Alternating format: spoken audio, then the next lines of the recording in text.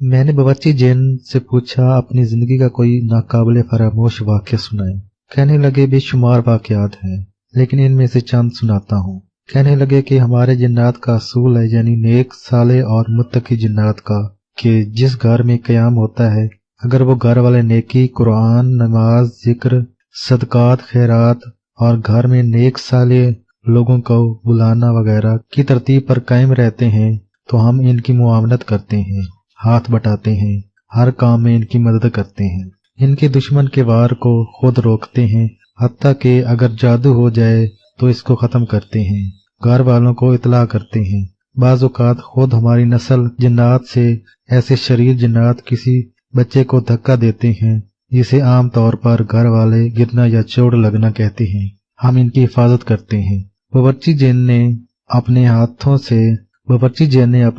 से अपनी लड़की बुओं को पकड़ा हुआ था। इन्हें छोड़कर पत्थर का सहारा लेकर तसल्ली से बैठे और फिर बोले कि चूंकि मेरा अक्सर वक्त शहरों और दरवेशों की खानगाहों और आस्थानों पर गुजरता है, मौजूदा सदी के एक मशहूर दरवेश, मैं इनका नाम दानिस्ता नहीं लिख रहा, कि घरेलू मिजाज में तकवा और इस्तगना था, किसी किस्म का लालच नहीं था। हम इस दरवेश की हर तरह मदद करते, हत्ता कि एक बार कुछ शरीर लोग इनकी बहुत नेक, निहायत हसीन बेटी के साथ शरारत का प्रोग्राम बना चुके थे। इन्हें इस चीज की खबर नहीं थी। हमने इन शरीर लोगों के प्रोग्राम को खत्म कराया और इनके मंसूबों को इन्हीं पर पलट दिया और सिर्फ इस बुजुर्ग को खबर की। इस तरह के बेशुमार मामलात में इनकी मदद करते रहते थे, लेकिन इनके विसाल के बाद इनकी औलाद पीर तो बन गई, लेकिन वो नेकी वाली जिंदगी छोड़कर खालिस दुनियादारी में पड़ गए।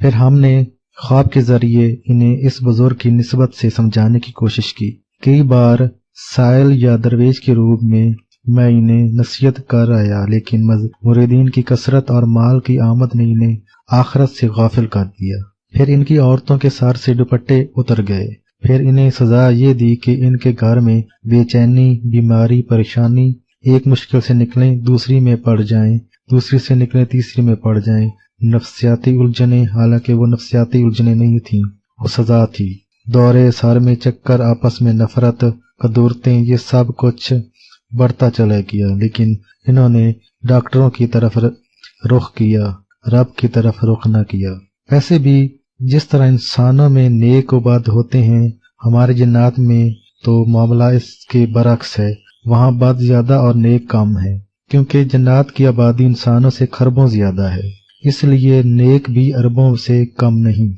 तो हमारे शरीर जिन्नात हसीन और खूबसूरत लड़कियों की तरफ, और वो खूबसूरत लड़कियां जो खुद नंगे बदन और नंगे सर रहती हों। नंगे बदन से मुराद ये मौजूदा फैशनी लिबास। बावर्ची जैन की आवाज में इर्ताज शुरू हो गया, जैसे वो थक गए हों। मैंने इन्हें अर्ज किया कि कुछ पानी पेश करूं। फरमाने लगे, नहीं, पानी नहीं चाहिए, क्योंकि मुझे प्यास नहीं। मुझे तो इंसानों पर गुस्सा आ रहा है कि वो हमारे शरारत के दरवाजे क्यों खोलते हैं, बंद क्यों नहीं रखते। और आसमान की तरफ घूरते हुए बोले, इस पीर साहब और बुजुर्ग के घर को हमने जी भर के सताया, शायद इनकी दीन इस्लाम की तरफ वापसी हो, लेकिन उन्होंने तदबीर इख्तियार की कि किसी तरह इनसे आफात टल जाएं। वो कैसे टल सकती हैं? इन आफात की तो हम दिन रात खुद निगरानी कर रहे हैं। एक बार हमने इनका बच्चा उठाकर दीवारों से मार दिया, इसका सर फट गया, इसकी एक आंख जाया हो गई। एक आमिल ने कहा कि तुम्हारे ऊपर जादू है और तुम्हारे घर में जिन्नात हैं। उन्होंने घर में हस्ब तरतीब सूरत बकरा पढ़ना शुरू कर दी और आयतुल कुर्सी का विर्द अपने मुरीदीन के जरिए कराना शुरू कर दिया, खुद फिर भी न किया। ये कलाम शरीरों के लिए है। हम कोई बदमाश शरीर या शैतान थे जो हम पर असर करे। हमें गुस्सा आया कि ये खुद आमाल और रब की तरफ क्यों नहीं आते, लेकिन महसूस होता था कि इनके दिल पर जंग कुछ ज्यादा लग गया है। इनके अंदर के पर्दे और दरवाजे बंद हो गए थे। इनके कान सिर्फ मौसीकी सुनते थे, बाकी आवाजों के लिए बंद हो गए थे। बावर्ची जैन ने पहलू बदला। अब गुस्से से इनके मुंह से शोले निकल रहे थे और आवाज में तलवार की सी तेजी बढ़ गई थी। उधर हाजी साहब के बेटे अब्दुलसलाम जिनकी दुल्हन की रुखसती की तैयारियां हो रही थी। मैं ये सब मंजर भी देख रहा था और वो अच्छी जिनकी हैरत अंगेज बातें और तजर्बात भी सुन रहा था। इसी दौरान एक खौफनाक धमाका हुआ और हर तरफ सफेद रंग का धुआं और शोर छा गया। मैं चौंक पड़ा। मुझे बावर्ची जिन ने अपने सीने से लगा लिया और तसल्ली दी कि कुछ नहीं, ये दरअसल दूल्हा और दुल्हन के लिए लाहौती सवारी आई है। ये इसकी आमद की आवाज है कि इसकी रफ्तार बिजली से ज्यादा तेज और कड़क से ज्यादा भारी होती है। ये सवारी सिर्फ जिन्नात के सरदार इस्तेमाल करते हैं। ये सवारी जिन्नात के अलावा एक और आलम है, इसकी भी मखलूक है। चूंकि सरदारों के इस आलम से राब्ते होते हैं, उन्होंने हाजी साहब के इजाज में ये सवारी भेजी है। ये सवारी उड़ती है। फिर हाजी साहब मुझे ले गए। मैं हैरान हुआ। इसका मंजर मुझे याद आया कि जैसे कोई बहुत मीलों में फैला हुआ कई मंजिला एक महल, जिसकी शक्ल तकरीबन बहरी जहाज से मिलती जुलती थी। हर तरफ इसकी रोशनियां और कुमकुमे और फानूस थे। खूब चहल पहल थी। वो महल हल्का हल्का ऐसे हिल रहा था जैसे बड़ी कश्ती पानी में तैरते हुए हिलती है। हाजी साहब मुझे कहने लगे कि अब हम वापस बारात लेकर इसी लाहौती महल में जाएंगे।